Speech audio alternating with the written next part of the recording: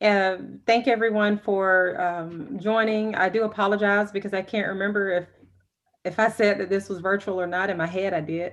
But I know we had at least one person, go to the board office. So I do apologize for any miscommunication on my behalf. Thank everyone for joining. I do apologize. Give me a second. I gotta fix that. Sorry. Sorry about that. That's okay. Dr. Thomas, if you would go ahead and do roll call. Yes, ma'am. Happy to do it. All right, Mr. Davis. Here. Ms. Gallagher. Here. Mrs. Davis. Here. Dr. Yeager. Here. Dr. Dykeman. Here. Dr. Anderson. Here. Okay. Dr. Gant. Here. Attorney Hull. Here. And Dr. Maddox. Here. All right. Thank you. So we do have a quorum. We'll move forward to item 2, and this is amending or adopting the agenda. I move that we adopt the agenda as published. Second. Okay, any questions? All right, I can't see if Dr. Thomas left, if she can take roll for us. She's here. I'm here. I'm Oh, here. okay. I stayed Okay. through. Okay, if All you right. would take roll for Yes. all in favor of adopting the agenda before us. Mr. Davis. Yes. Ms. Gallagher. Yes. Mrs. Davis. Yes. Dr. Yeager. Yes. Dr. Dykeman. Yes. Dr. Anderson. Yes. Dr. Gant. Yes. Attorney Hull. Yes. And Dr. Maddox. Uh-oh, Dr. Maddox. Did we lose Dr. Maddox? Sorry. Yes. She's there. I muted myself. Okay. All right, so that motion carries. Our agenda is as follows before us. We have number 3, personnel items with the board report. Dr. Thomas? Remember, she was going to step away from Yeah, I'm here. I'm still here. I'm trying. I'm here. Thank you, Ms. Davis. Yes, we had, I think 3 items. Is that correct, Ms. Palmer, that needed to be voted on in personnel? I think the list was a little larger. They went ahead and added, but you did have 3 that were important that you. We had 3 that were important. They went ahead, since we were all together, and gave the most updated personnel list. You will note that one on there is an administrative position, a shift, a promotion for one of our administrators. And we wanted to be able to allow that school to post. I'm being vague because that has not been announced yet, but we wanted that school to be able to post as quickly as possible so that we can ensure that we have the strongest candidates lined up for that vacancy. And so we're asking that the board approve the personnel list as posted. I move that we approve the personnel list as posted. Second. Thank you. Any questions? All right, Dr. Thomas, if you would take roll for all in favor of approving the personnel list. Yes, ma'am. Mr. Davis. Yes. Ms. Gallagher. Yes. Mrs. Davis. Yes, with joy. All right. Dr. Yeager. Yes. Dr. Dykeman. Yes. Dr. Anderson. Yes. Dr. Gant. Yes. Dr. Hull. Yes. And I'm sorry, Attorney Hull, I'm so sorry. And Dr. It's Maddox. okay. Yes. Long day. Thank you. Thank you. Okay, so that motion carries, and that report has been approved. Before we move to item 4, I just want to be sure, we are live, right? This is being. Yes, Okay, we are just live. wanted- Yes. Yes, ma'am. Okay, perfect. Just wanted to be sure. We'll move forward to item number 4, which is our professional development. I do want to thank Ms. Rehm and Dr. King for coming back. Tonight, we're going to be discussing best practices as it relates to superintendent evaluation. And so I'm not going to delay. I'm going to turn the floor over to them. Thank you all for coming. Thank you. I'm happy to be with you again on behalf of Georgia School Boards Association, Executive Director Valerie Wilson. She um, wants to acknowledge her excitement for the work that you all are immersed in. And so we echo that. And we're um, pleased to be here with you to begin we'll continue a conversation. I won't say begin the conversation because um, you've done great work to get to the point of doing a reflection on where you are. So we want to make sure that this conversation relates to the work that you have done and where you consider yourselves to be at this point. Thus, we talk about how effective governance really relates to the superintendent's evaluation process. And we feel like you have two things, a couple of things going on, of course. You know where you are now in the evaluation cycle for this current year. And then the conversation this evening tonight is a tee up for you for the 2021-22 school year. So much of what we will discuss in terms of your information will relate to that. And any thoughts about your process currently or questions, of course, we'll work to try to tie that in as well. So two things we anticipate occurring here. One, of course, will be to talk about the best practices and the process to make sure that everybody's on the same page as a governance team with your process or tweaking or adjustments that you think you are needing to make, or just taking away enough information to do that. And then following that, practical application. So we're going to actually look at your items and information that you have developed to see what the implications are for beginning to actually put pen to paper to do some of the work that you decide you're interested in doing. So before we move forward with the first portion of this, I'll defer to Julie for opening comments as well.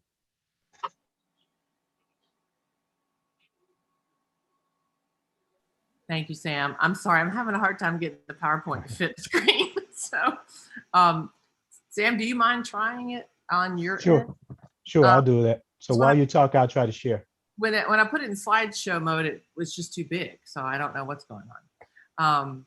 But we are thrilled to be back with you guys. I know you all have had some feedback from Cognia, and this is the time of year that most boards are evaluating their superintendents since it's the end of the school year. A lot of these happen in the summer. So we are excited to be here and walk you through it. And I know that we'll have a lot of conversations probably around your strategic plan and how those two marry and what is the board's responsibility versus the superintendent's responsibility and what y'all work on together. And I will say, as a former board member, this is an area, it's one of the most important things that we do as school board members, but it's one of the most difficult things that you can do because it's easy to get really busy in the school year and put these things off, but it's so important that we take the time and make it a priority to honestly and effectively evaluate your superintendent because it's only fair to her. So we want this to be a back and forth. So whenever you have questions, please, chime in. And we want this to be something that you find valuable and helpful. Because as long as I was a school board member, it was a long time, we worked on it every year. And I think we got better each year we got going. But sometimes we'd slip because, the boards change. And so when you have new board members on, it can be a challenge for them to understand how to properly do this and do it effectively. So we're looking forward to the discussion. Any questions or comments or areas that you want to make sure we cover, just chime in. Thanks, Sam. All right. Thanks, Julie. All right. So by now, when you consider the governance team, which is made up of the board and the superintendent working together to achieve your mission and your vision for your organization. And that's It's very significant. And in internalization of that kind of philosophy, it is clear that the evaluation of the superintendent then must be customized to the things that you say and embrace in terms of your values for your organization, which is your strategic plan. So the best practice really is linking the evaluation to those things that you say your organization is immersed in and around. So at this point, whether you consider as a various members of the team, as a new board member, veteran board member, et cetera, you realize that as an organization, this is, as Julie said, some of the most important work that you're going to do, because this is how you hold yourselves accountable, how you hold your superintendent accountable, but yet support your superintendent in moving in the direction and rowing in the same direction as a team, because the board creates the conditions for the superintendent to be successful. And part of that is identifying and agreeing on all those things that are important. That's the reason for this conversation. And so all of this brings forth the responsibility to be accountable. And it includes and consists of the responsibilities for that evaluation process. You all are very familiar at this point with the 8 domains. That's always governing and leading and guiding the work. So the domain for this particular item is domain 6, personnel. And it spells out the requirement of the board to evaluate the superintendent. And the domain also, it focuses on other items for personnel, but for tonight's purpose, it is around this particular language. And you see it on the screen. And this is not language, again, that was created by the School Boards Association, but this is language that is taken from the standards for governance of Georgia schools. And you see here very clearly spelled out in domain description. For domain 6, you see the reference and language that speaks to setting a performance for and evaluating the work of the superintendent. And also, it also speaks to the notion for having policy that reflects such. And it relates to this particular domain, and this particular standard is standard B from domain 6, the Board of Education evaluates the professional performance of the superintendent. There are also several elements of the standard that come into play. What you see on the screen here reflects those elements. The board has the responsibility, as you know, of hiring and evaluating the superintendent, along with adopting policy that's relevant to the evaluation of the superintendent. And we're preaching to the choir here. You all just exited a policy committee where you were talking about items that relate to policy. So this is no different in terms of the work that must occur. There are essential questions that are utilized for the governance team that you should always ask yourself. And you notice I'm not reading these to you. I want you to eyeball these things and begin to reflect and ask yourself how you would answer these questions now. What's your current practice? And this is going to help to catapult us ahead in terms of looking at your rollout for your next school year in this process. But the 2 essential questions that you see, you want to ask yourself, as a status check or a quality control mechanism, the answers to those questions moving forward in a proper manner with implementing those items. And so this one deals with the same in terms of adopting the policy. So we talked about the notion that you must evaluate, but you also must have policy that speaks to the notion that you will do this. Quick reminder of that policy, of course, belongs to the board. Implementation of this policy belongs to the administration, et cetera. So this dovetails and goes hand in hand with the work that you are doing. So I will hand it to Julie for a couple of points here. So these are just some of the broad points of the benefits of an effective superintendent evaluation. And the very first one is it's holding not just the superintendent accountable, but yourselves accountable, because you are responsible for the outcomes of her performance and her staff's performance. And in the long run, the buck really ends with you. And so how are you guys doing in your strategic plan? And so that's why it's so important to make sure that you have an effective measurement of the superintendent's performance, because it always is supposed to align to the strategic plan to make sure you're making progress where you need to be making it for student achievement and the other areas that you're focusing on. It also, as you know, it can build trust and strengthen the relationship with the board and the superintendent so that the governance team is working well together and there are no surprises. And when we're falling short on some things, we're talking about it, we're addressing it, and we have a plan to fix it. It's also a very structured way for the board to impact the superintendent's professional development and what she might need to work on, and to give her the resources to go get that help or that support that she needs.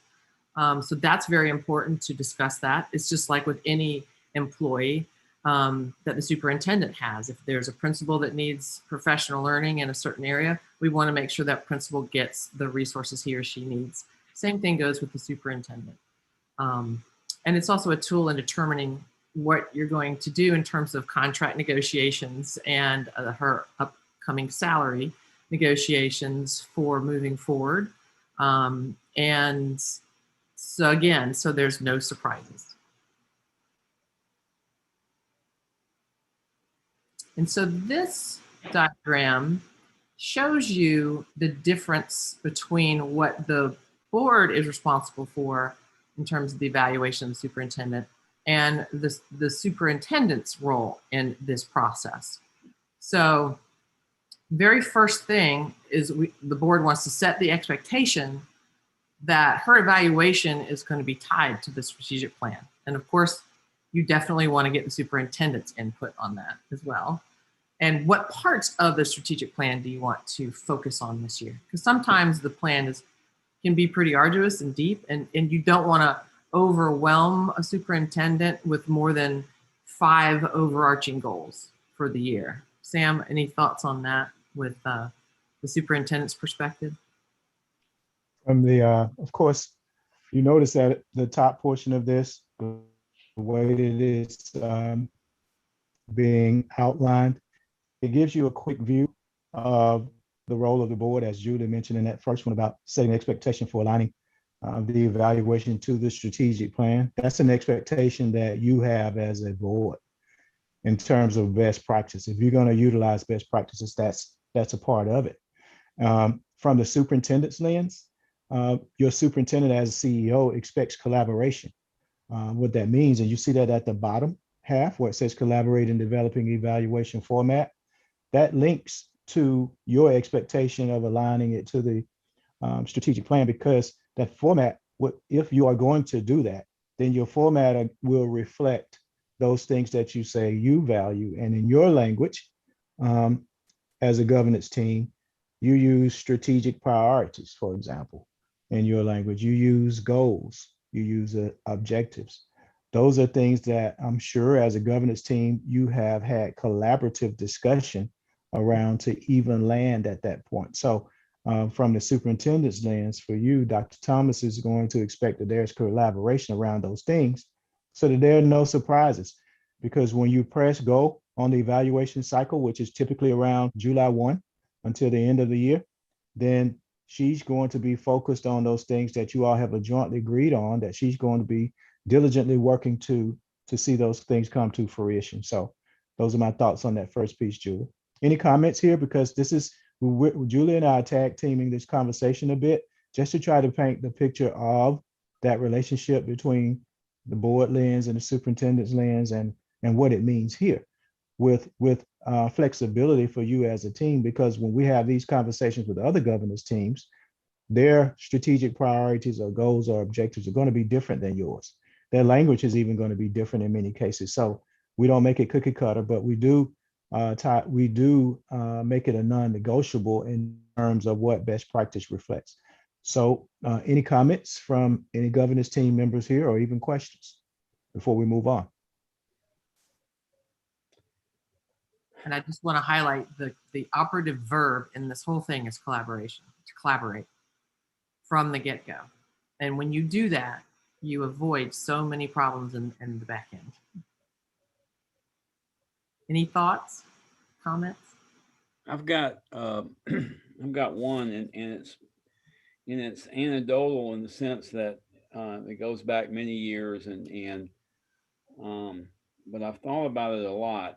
Um, as it points out here, one of the roles of the superintendent in evaluation is supporting a culture that attracts and keeps high performing leaders. And um, I'm not sure how the board, uh, you know, evaluates that.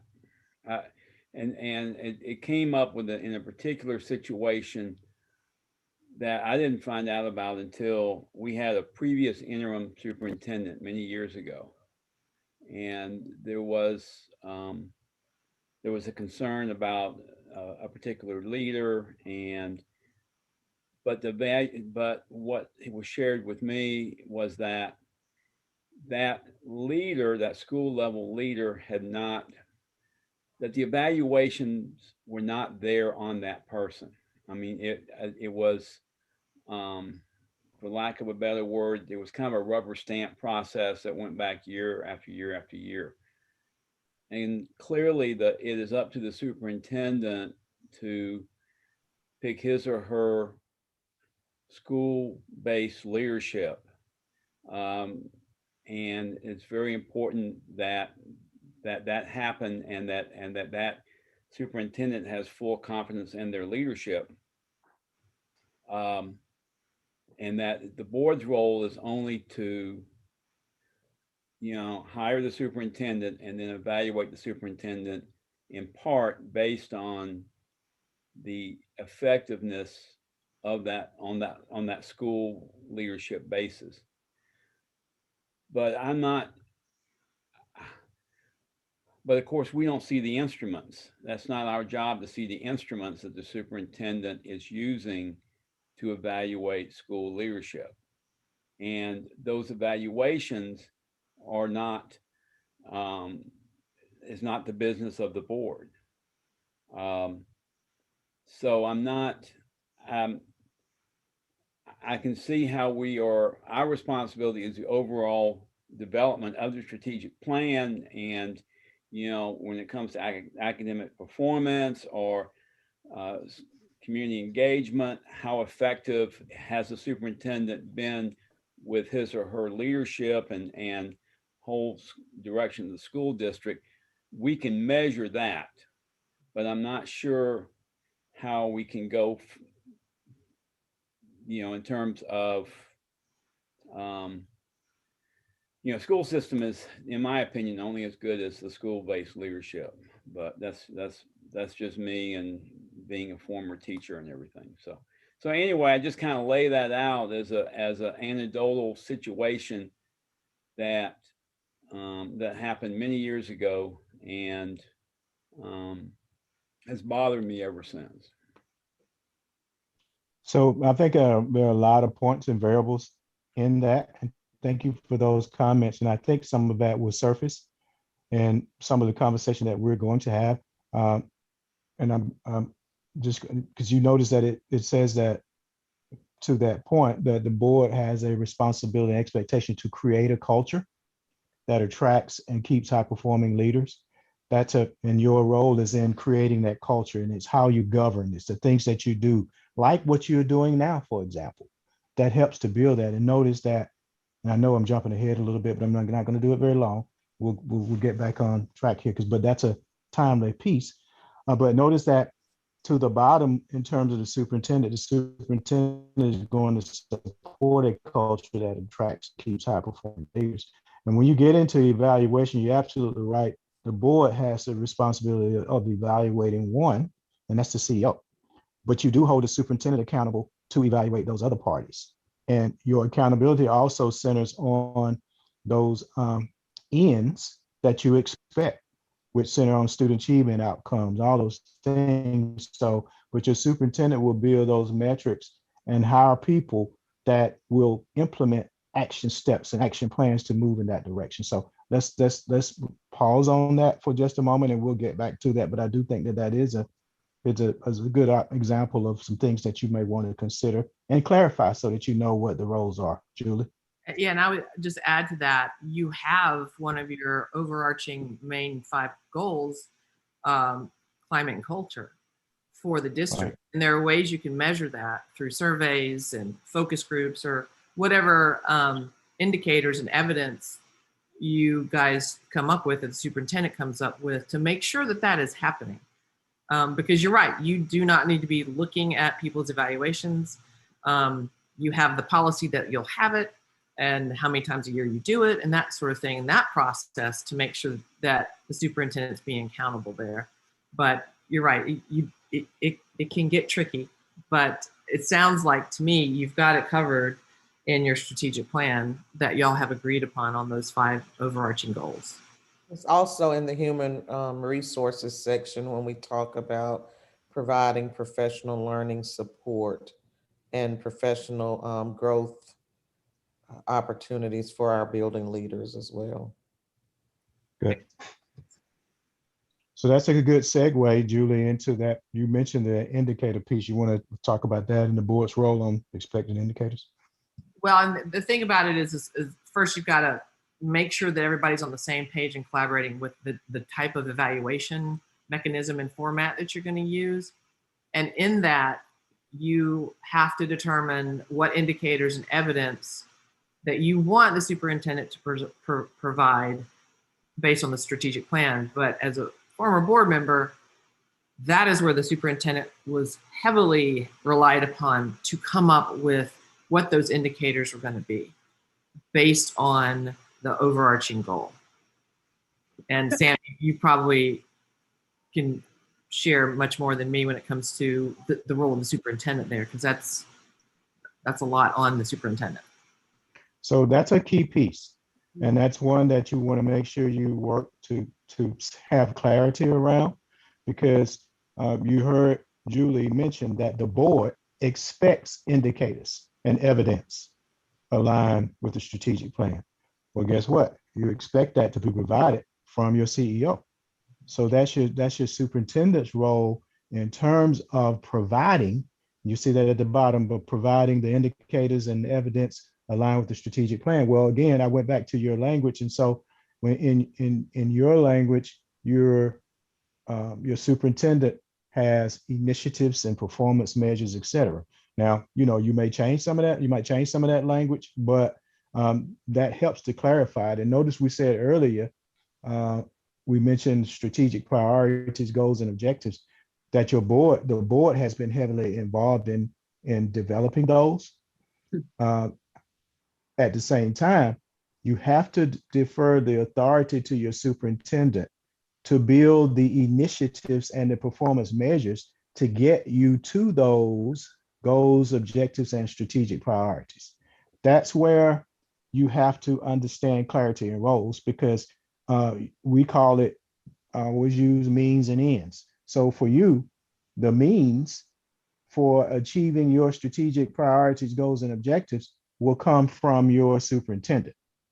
That's her role.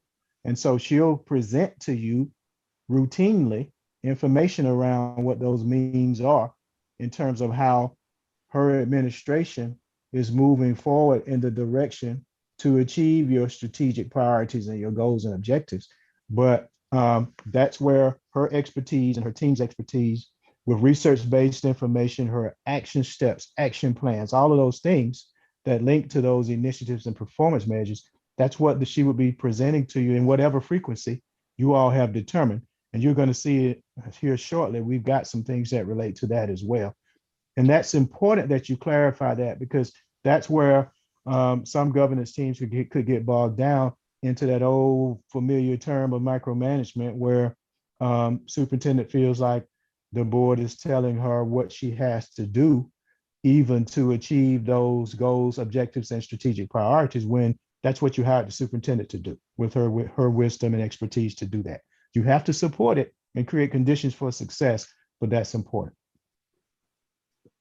Thoughts, comments, questions? Let me begin with Dr. Thomas, because I think I know we saw a very recent version of some of your language in your strategic plan.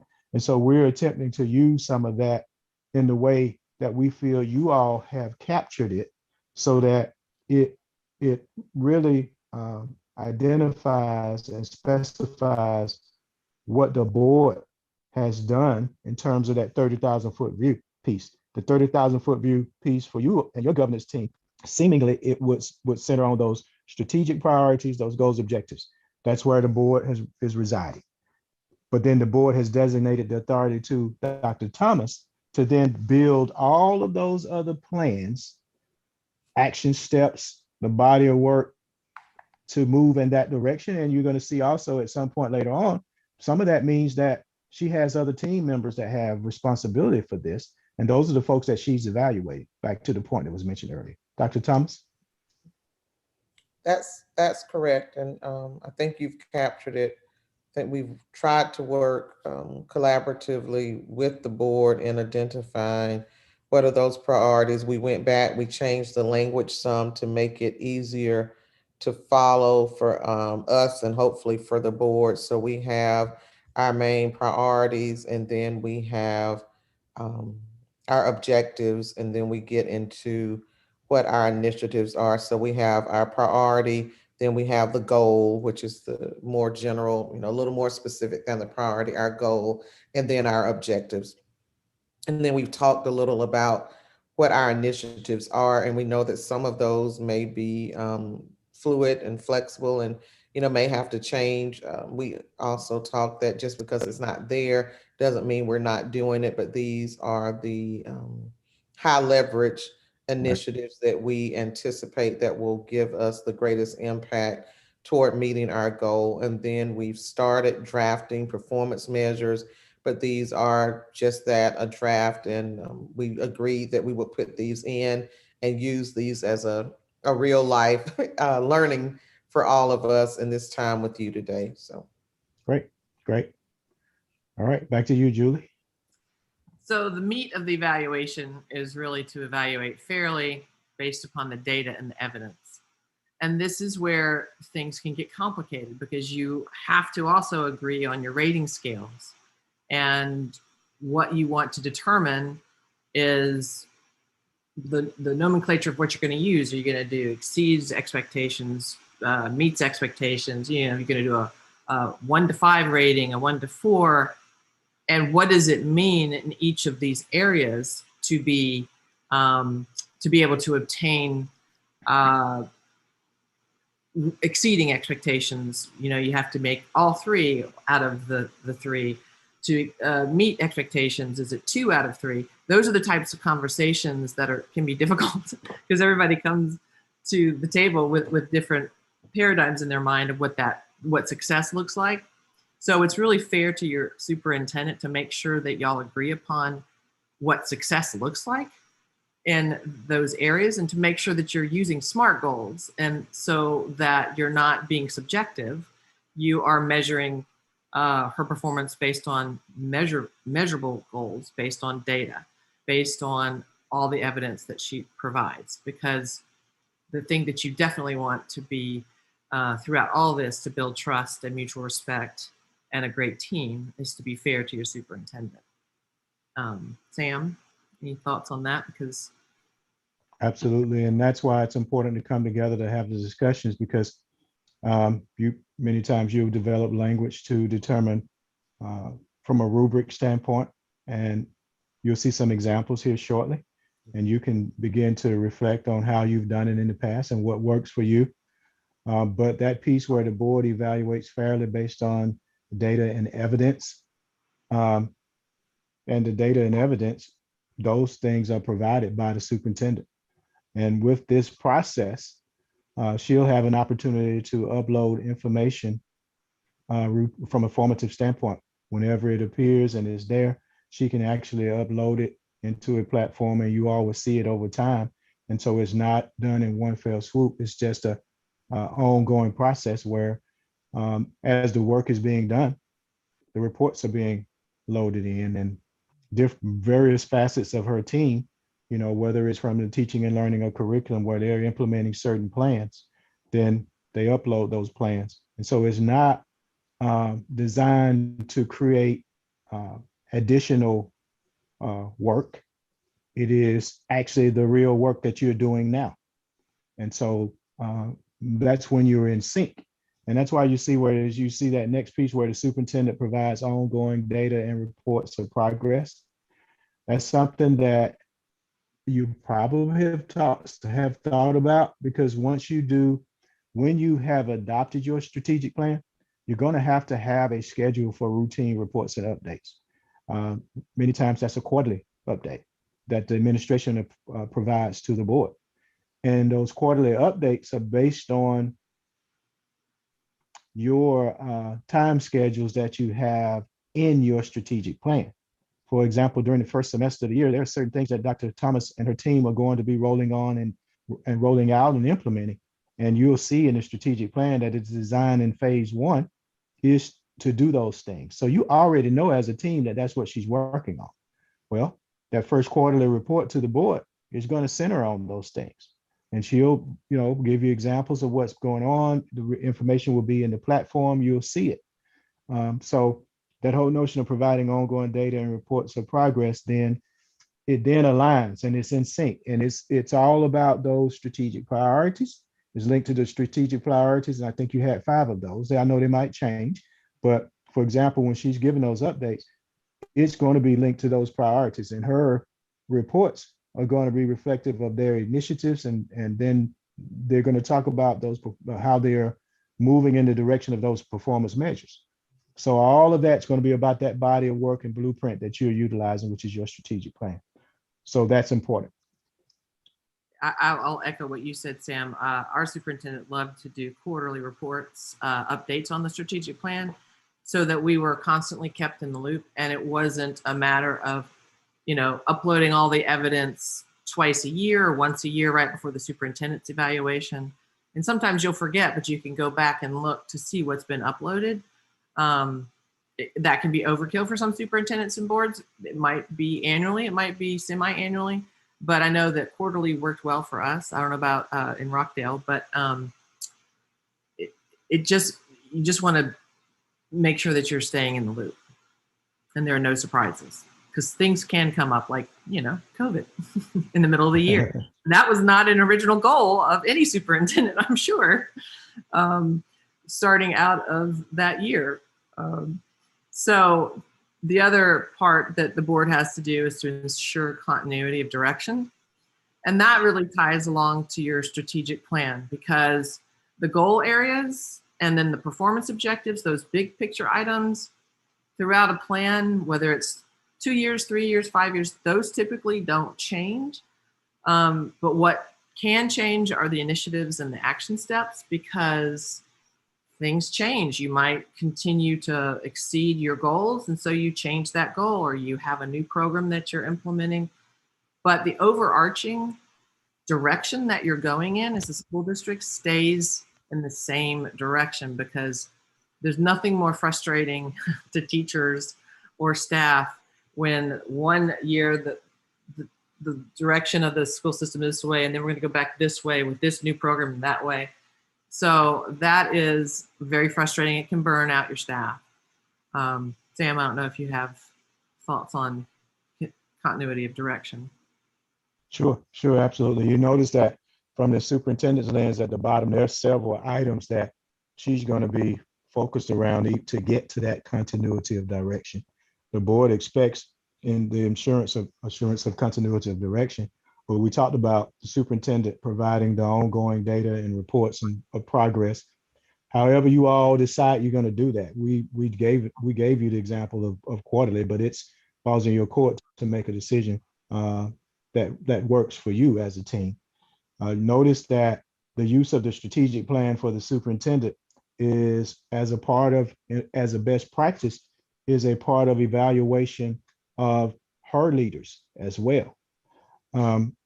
What that means is once she is able to drill down to the various buckets of the work. For example, even looking at your plan, you know that some of the work is going to center on, I already used teaching and learning. For example, some of the work is going to center on communication. For example, you've got some things that are a part of HR, human resources. You have things that are part of facilities, building and grounds, etc. So when you have those items that are reflective of action plans for which the superintendent is implementing, for which the superintendent has responsibility, but they're initiatives that's being implemented by those various departments. So it just makes sense that the evaluation process that your superintendent has is also linked to those things, because you'll have various departments that's responsible for moving these action plans forward within these different buckets. And so using that strategic plan as a part of the evaluation for district leaders then is aligned with that. And it creates clarity for them. It creates clarity for them around what the work that they're doing and how the superintendent is, what her expectations are of them and how she's supporting their work and how the board is supporting the work of the superintendent, giving her the platform to be able to do that. So that's where that continuity also comes into play, which builds you that, allows you to begin to build the traction to have an attractive organization where people want to work, because then they see what your priorities are. They see the things that you implemented that are research-based. The outcomes and expectations are then clear.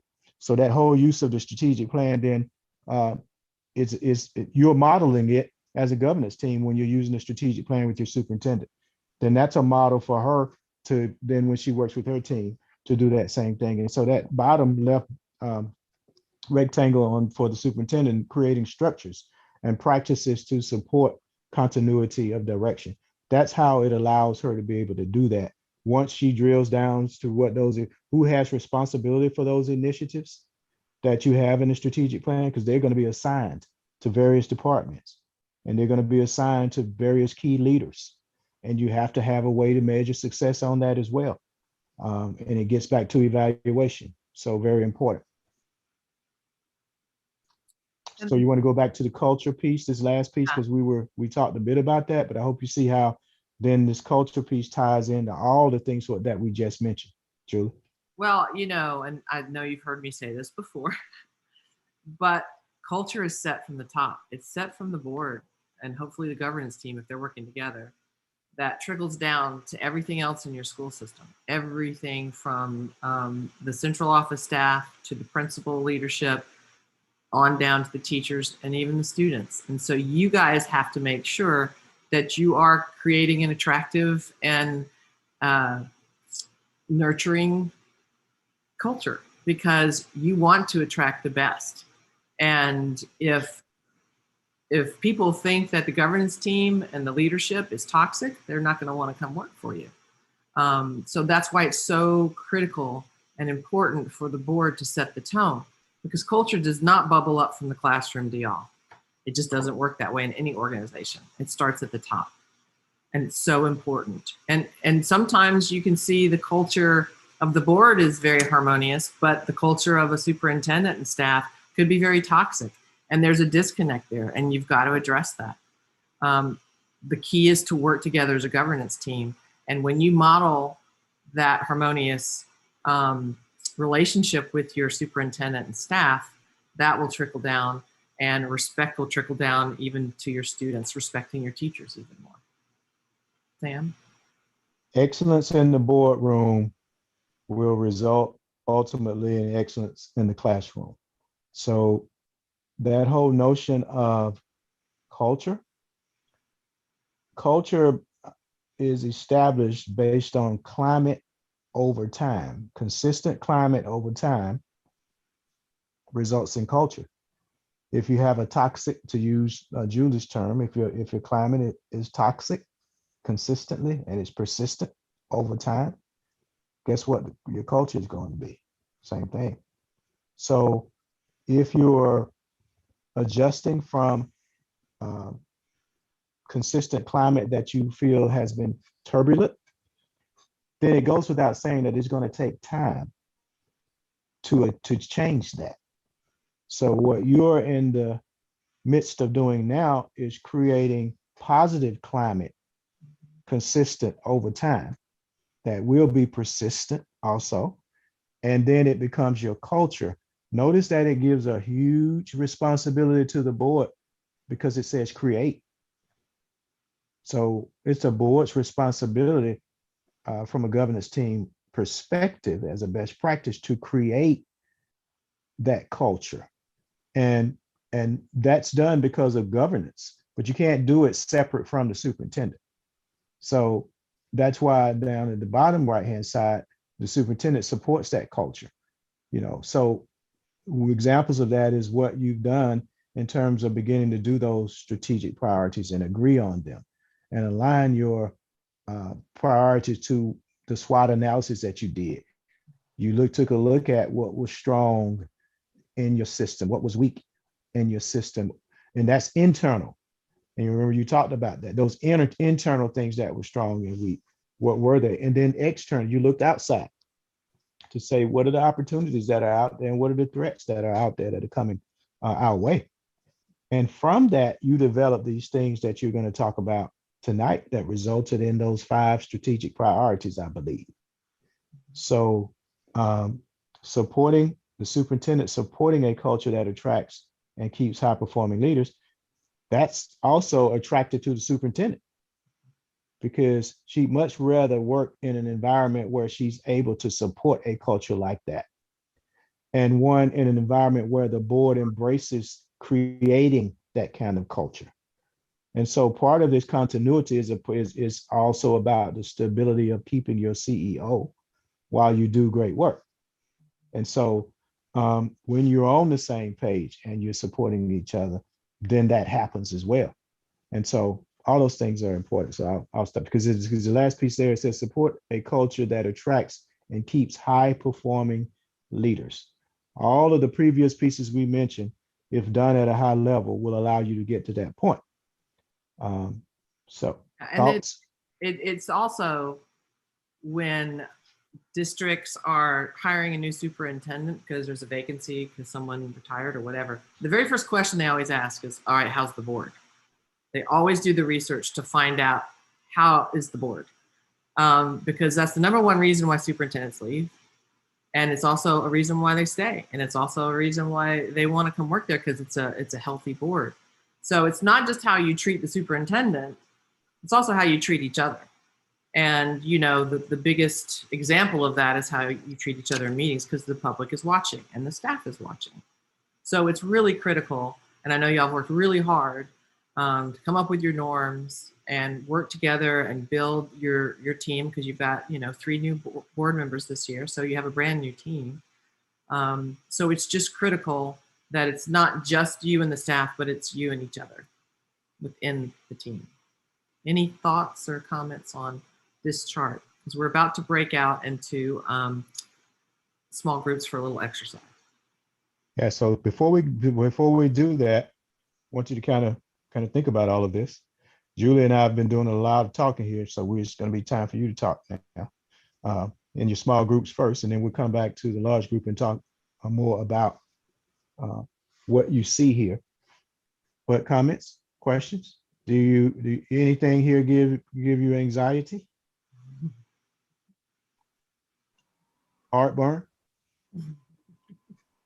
I hate that silence, so I'll speak up. I love this. It's absolutely, again, it's reinforcing the things that I've learned over the years and the things that I've lived over the years. So I'm really grateful for the way you presented this. So thank you. Thank you. Other For thoughts? sure.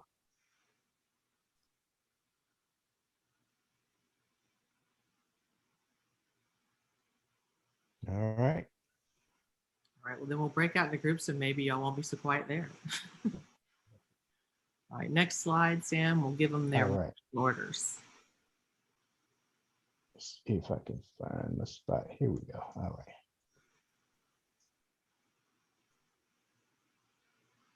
All right. So we're going to break y'all up into small groups. And we want you to think about these 2 questions. So how are you doing with your current superintendent evaluation process? This year, if you haven't done one this year, last year, based on what we've just talked about in that graph, how are we doing? And in your opinion, what needs to change? And we'd love for you to give some examples and evidence to describe your answers. You might want to write these down because I don't think you'll be able to see this in your breakout group. So how are you doing with your current superintendent evaluation process and what needs to change? And I have a question. Mhm. So this gets very specific to our superintendent, our sitting superintendent that I think deserves privacy in terms of, some of our feedback here. And so how are we going to protect her privacy? Well, we're just going to talk about the process. Yeah, this is not about her the outcome. performance. It's not about her performance. No, Okay. How are y'all doing with The evaluation? Okay. What has been your your process.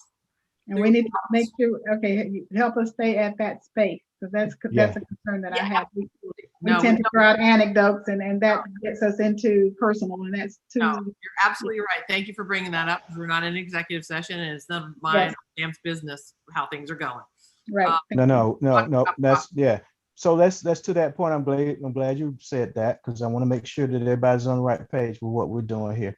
Notice that where Julie talked about the 4 things that I moved back to in terms of an effective superintendent evaluation process, not about how the outcomes for your superintendent. It's not about Dr. Thomas. It's about your process for doing so. Because that in many cases will determine, whether you're on the same page, whether Dr. Thomas feel like there are surprises, or whether the board feels like there are surprises. If you don't understand the process, or you haven't agreed on the process, then there will be confusion. So that's what this is about. How you feel you're doing with your current process, and if anything needs to change, what is it? That's high level. We want you to just do that very briefly. Just think about it, and because we're going to get into steps for implementing an effective process following this.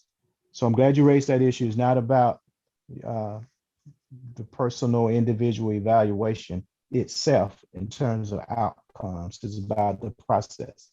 Other thoughts or comments? Can we put the questions back up so they'll know what to answer? So might want to jot them down real quick.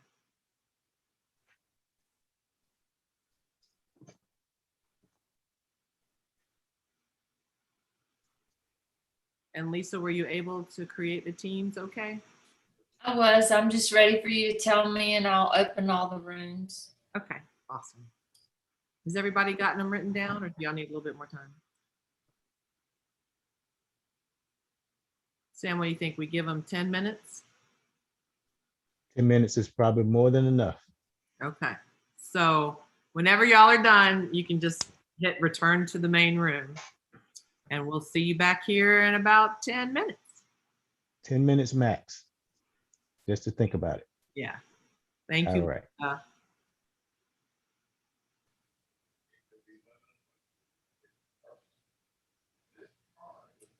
think they're all gone, huh?